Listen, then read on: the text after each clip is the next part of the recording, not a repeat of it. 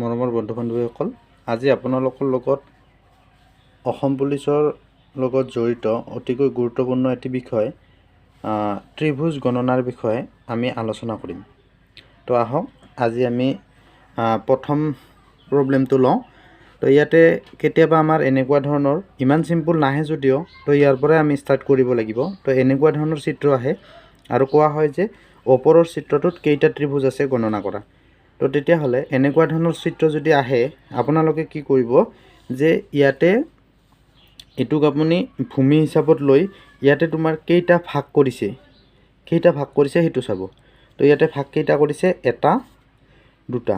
তাৰপিছত নেক্সট কি কৰিব, এই 1 আৰু 2 এইটো প্লাছ কৰিব। 1 + 2 = কিমান? 3। অৰ্থাৎ এই 3 মিনিংটো হৈছে তাৰমানে এই চিত্ৰটোত কেইটা ত্ৰিভুজ আছে? 3টা ত্ৰিভুজ আছে। তো এইটো যেহেতু এইটো চিত্ৰ অতিকৈ সৰল, গতিকে ইয়াৰ পৰা আমি প্ৰথমতে 3টা হয়নে নহয় পৰীক্ষা কৰি চাওঁ।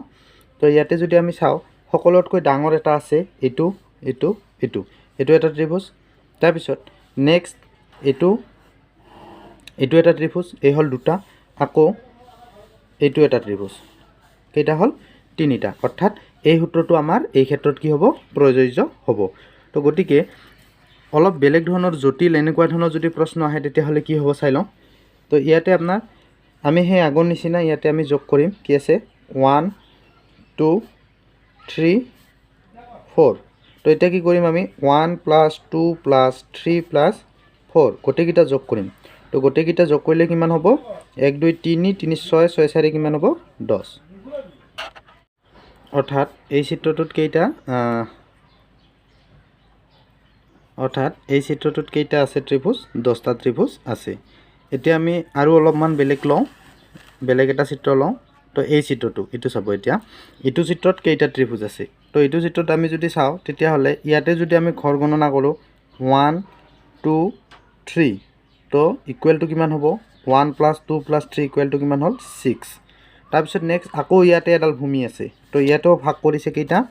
1 2 3। তো ইয়াতো কিমানটা? 6। তো গতিকে টোটেল ত্ৰিভুজৰ সংখ্যা হ'ব 6 + 6 = কিমান? 12। অৰ্থাৎ এই চিত্ৰটোত কেইটা ত্ৰিভুজ আছে? 12টা ত্ৰিভুজ আছে। তো এতিয়া যদি আকৌ আমি এইটো লওঁ, ইয়াতো সেই একেই হ'ব। 1 2 3 4 1 2 3 4 1 2 3 4। অৰ্থাৎ ইয়াতে যোগ কৰিলে কিমান হ'ব? 1 2 3 4 যোগ কৰিলে হ'ব 6 4 কিমান হ'ব? 10। ইয়াতেও 10 হ'ব, ইয়াতেও কিমান হ'ব? 10 হ'ব। অৰ্থাৎ এই গোটেই চিত্ৰটোত ত্ৰিভুজৰ সংখ্যা হ'ব 10 + 10 + 10 = 30। অৰ্থাৎ কিমানটা আছে? 30টা চিত্ৰ আছে।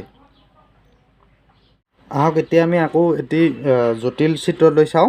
তো এই চিত্ৰটোত যদি আমি চাওঁ তেতিয়াহ'লে আমি দেখিম যে ইয়াতে প্ৰথমতে এই ভূমিডালৰ কাৰণে কেইটা ভাগ আছে? 1 2 3 4 5। অৰ্থাৎ কিমান আছে? 3 3 3 6 6 4 10 10 5 কিমান হ'ব? 15টা। অৰ্থাৎ প্ৰথম ভূমিটোৰ কাৰণে আমি পাম 15টা। নেক্সট ইয়াতে চাব, ইয়াতে কিন্তু ভাগটো গোটেই সম্পূৰ্ণৰূপে নাই, ইয়াতে আধাৰ পৰাহে আছে। গতিকে য'ৰ পৰা আছে তাত আমি ভাগ কৰিম 1 2 3। অৰ্থাৎ ইয়াতে কিমানটা থাকিব? 6টা থাকিব।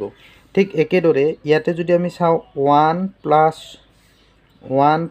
2 + 3, অৰ্থাৎ ইয়াতো কিমানটা হ'ব? 6 হ'ব।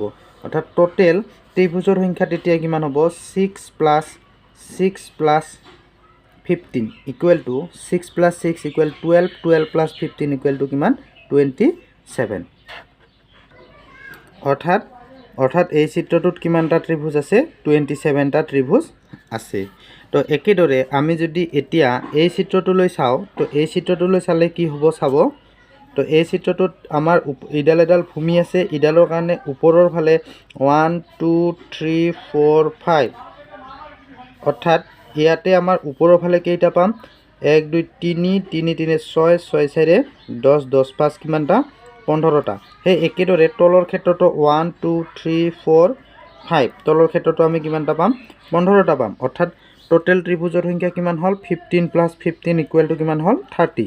কিন্তু যদি আমাৰ এই ৰেখাডাল যদি এনেকৈ দুয়োটা ছাইডকে যদি ওপৰত আৰু তলত এনেকৈ এডাল ৰেখাৰে যদি থাকে তেতিয়াহ'লে আমাৰ ত্ৰিভুজৰ সংখ্যা কিন্তু বাঢ়ি যাব। কেইটা বাঢ়ি যাব তেতিয়া?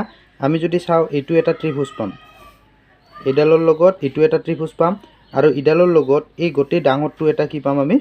ত্ৰিভুজ পাম। তো গতিকে কিমানটা হ'ল? দুটা হ'ল। আকৌ এইফালে আমি কিমানটা পাম? এইডালৰ লগত এইটো এটা পাম, এইটো এটা পাম, আকৌ এইটো এটা পাম। তো গতিকে কিমানটা পালোঁ? তিনিটা পালোঁ। 2 আৰু 3 কিমানটা হ'ল? 5টা হ'ল। গতিকে টোটেল ত্ৰিভুজৰ সংখ্যা হ'ব 30 যোগ 5 ইকুৱেল টু কিমানটা? 35টা। অৰ্থাৎ এই চিত্ৰটোত কিমানটা আছে?